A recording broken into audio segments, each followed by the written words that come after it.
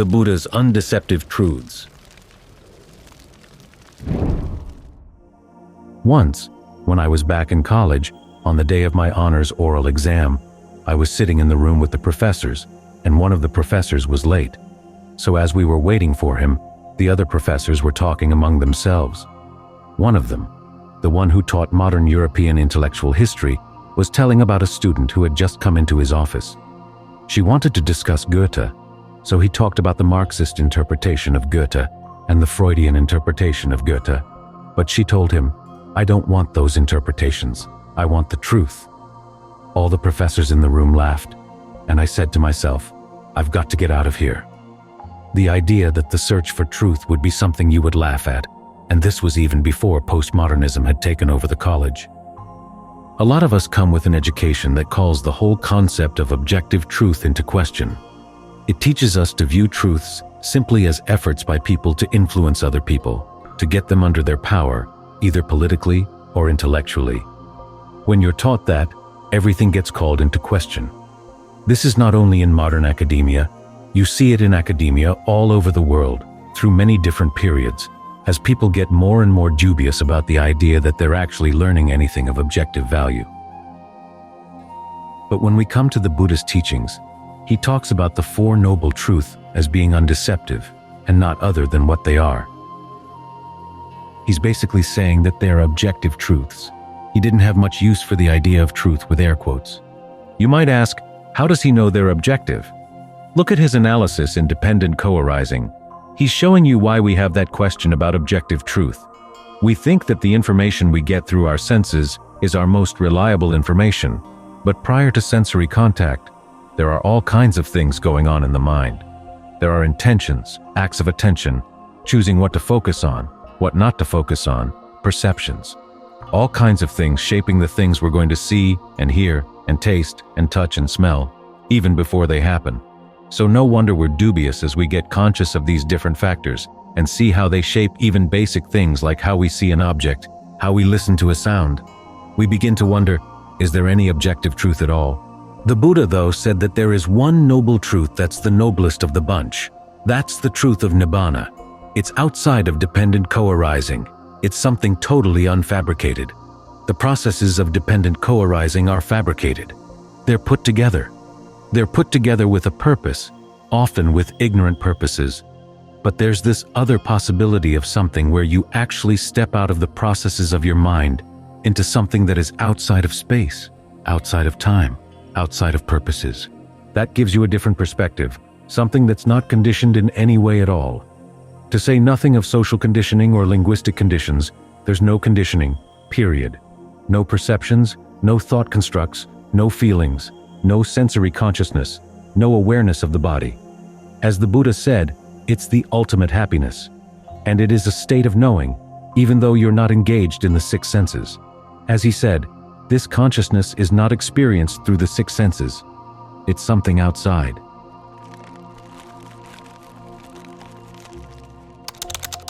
The image he gives is of a beam of light.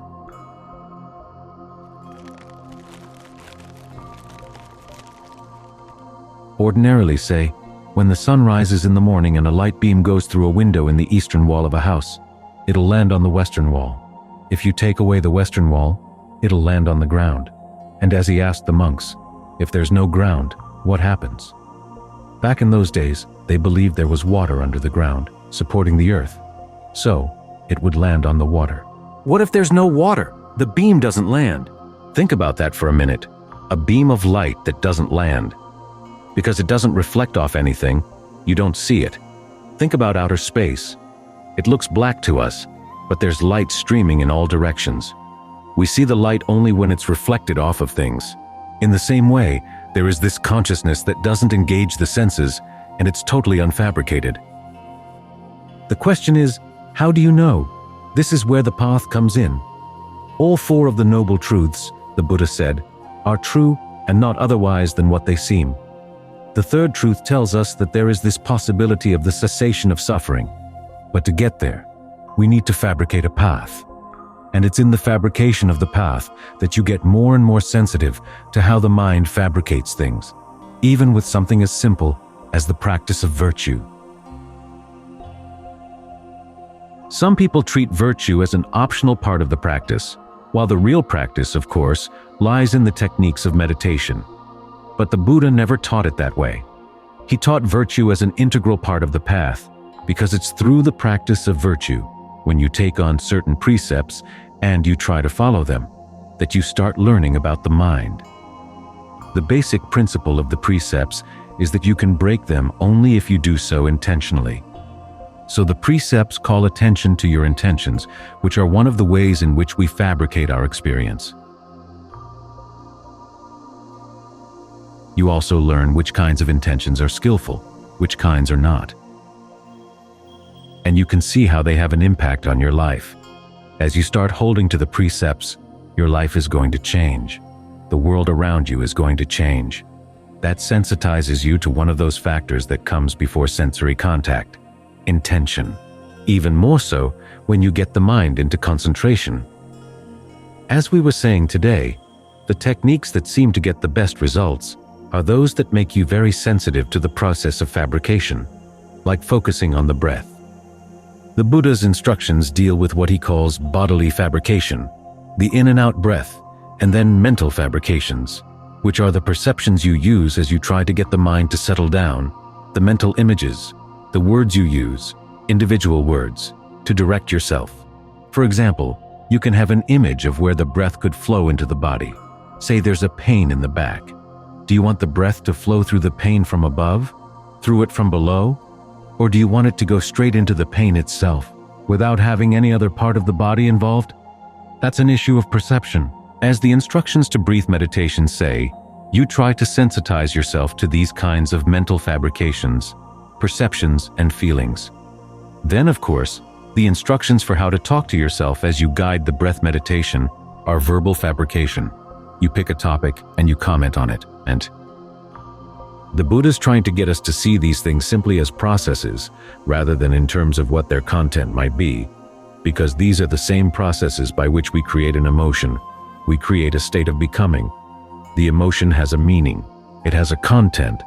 But here we're trying to stay away from the content and to focus on the processes just in and of themselves, so that you can get more sensitive to how you do things. And also more sensitive to how you can pull yourself out of something that you fabricated and realize, I don't have to fabricate it that way. We have moods where we talk to ourselves, and usually it's the same thing over and over and over again. But you don't have to talk to yourself in those ways. Can't you imagine something else? So you look at these inner conversations simply as directed thoughts and acts of evaluation. That pulls you out of the content of your thinking, the content of your internal dialogue, or monologue or whatever, to see the processes just as processes. Breath meditation is really good for that. Contemplation of the body is really good for that too, because it requires that you hold a mental image of the body in mind. That's a perception. You start asking questions about it. That's verbal fabrication. Some Ajahns recommend that when you're focusing on a particular organ of the body, say you're trying to think about your liver, notice, what does it feel like in the area of the body where the liver probably is located? Again, you're getting involved in the different kinds of fabrication, but in particular, you're going to be interested in the acts of perception, because it's through perception that we decide that the body is attractive or unattractive. You start seeing how quickly you can switch from one to another. That raises the question, why do you do that? This makes you pay more attention to your intentions. What do you want? All too often we think that, say, lust arises because somebody attractive walks by. But often there's lust without anybody else around at all. The mind is looking for something to lust for, and if it has nothing outside, it'll imagine all kinds of things inside. But you begin to realize a lot of those imaginations are lying to you. They focus only on the details that you find attractive, and as for the other details, they're just blotted out. Why is that? Again, it's your intention. It's what you're looking for. So these are concentration practices that are also very useful for insight, because they get you more sensitive to the processes of fabrication as processes with a purpose. And that's what discernment is all about. Seeing these things as processes and then passing judgment on them. Are they really worth it? Are their purposes good? How do they come about? How do they pass away? What's their allure? What are their drawbacks? Again, you're looking at them as processes, stepping out. Ideally, you get to the point where you develop some dispassion for them, because passion is what drives the processes of fabrication. This is why Sariputta, when he was asked how he would explain the Buddhist teachings to people who had never encountered them before, started with the sentence, "Our teacher teaches the end of desire and passion." He doesn't discuss a worldview, which was very typical of the teachings of those times. He talks about an action and a value of judgment, which come from looking at these things as processes. When you get really familiar with the processes, then, when there's an opening that comes from developing a strong sense of dispassion for them, not wanting to stick with your old processes and not wanting to create any new ones, and you're really at your wit's end, something opens up, which is unfabricated, and you recognize it as unfabricated because it's not in space, and it's not in time. It's not for the sake of anything, which is what all fabrication is all about. It's not for the sake of anything at all. There was someone one time who asked the Buddha, "What's the purpose of virtue?" Virtue is for the sake of concentration. What's concentration for? Concentration is for the sake of discernment. What's discernment for? Discernment is for the sake of developing dispassion. Dispassion is for the sake of unbinding. What is unbinding for? The Buddha stopped there and said, "No, you can't go any further. This is not for anything else." That's how you recognize it as unfabricated.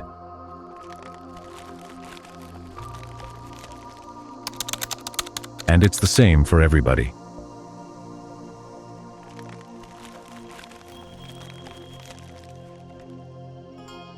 As the Buddha said, those who have attained awakening have no disagreement with anyone else who has attained awakening. It's all the same thing for everybody. That's what's objective about it. So even though the Buddha's teachings are, you would say, more pragmatic than empirical, they're still objective. This is the way consciousness is built. This is the way the mind works. These are the processes that lead to suffering. If you want an end to suffering, this is what you've got to do. It's interesting that with dependent co-arising, in later centuries, the question arose, is dependent co-arising happening in the context of the world at large or inside the mind? There was a good reason why that question was left uncertain in the early texts, because the Buddha basically would have said, well, neither. Dependent co-arising is how we create a sense of the world, how we create a sense of ourselves. Instead of being inside you or inside the world, dependent co-arising contains you and the world. Seeing things in these terms requires stepping back from our usual worldview, stepping back from our usual views of the self, seeing how they're formed, to induce that dispassion that can lead to what's unformed, unfabricated. The steps leading there have to be the same, in principle, for everybody. That's why the path is also objective. All four noble truths are objective in that way, because they lead to something that's not conditioned by anything at all. And when you arrive there, you recognize it as the highest possible happiness. It's not only objective, it's also objectively excellent. That's the truth that the Buddha is teaching us, the truth he's aiming at us at. It's truth without air quotes. It's the real thing.